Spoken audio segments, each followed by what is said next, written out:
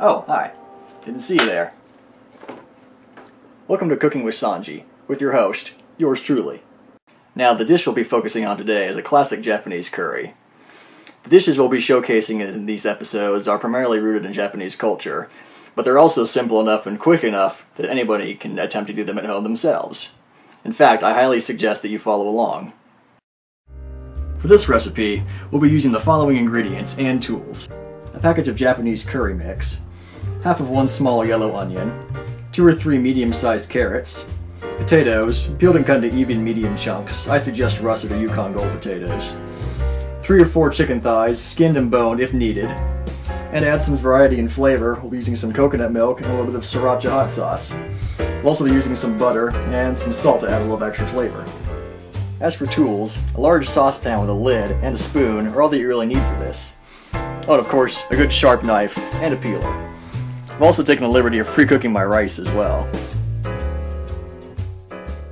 First, we'll start by prepping the vegetables. Small dice your onion. Next, wash and peel your carrots and potatoes. Cut the carrots into rounds.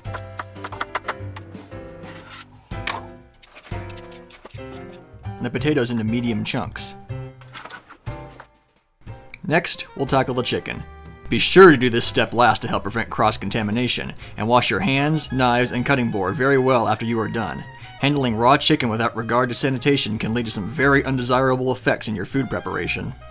As mentioned before, skin and debone your thighs if needed, then cut the thigh meat into uniform chunks. Now that our ingredients are prepped, let's start cooking. Add a tablespoon and a half of the butter to the pan over medium heat, melting it completely.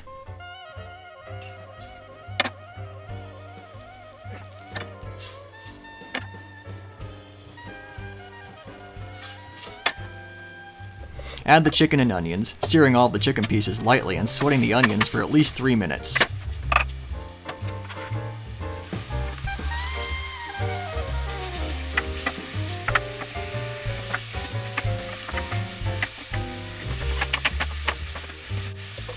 Add your potatoes and carrots to the pan and cook everything well for another 5 minutes on medium-high heat.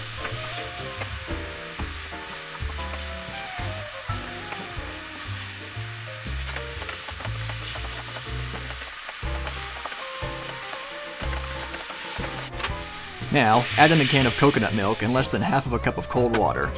The coconut milk will meld well with the curry flavor, adding some sweetness and producing something like a cross between Japanese and Thai-style curry in terms of flavor. Bring this mixture to a boil, stirring a bit to help prevent any ingredients from sticking to the bottom of the pan. Once everything has come to a boil, turn the heat down and cover it for 10 minutes. Alright, our 10 minutes are up now, so it's time to finish this dish off.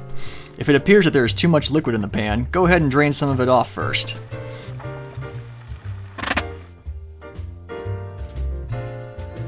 Now we can start to add the curry blocks.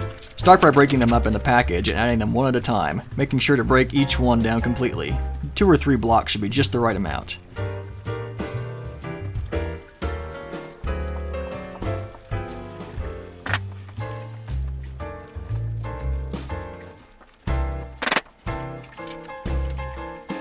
Also during this time, if you feel like adding some spice, add a bit of the sriracha, depending on how hot you like it. But I wouldn't recommend too much or it will overpower the curry.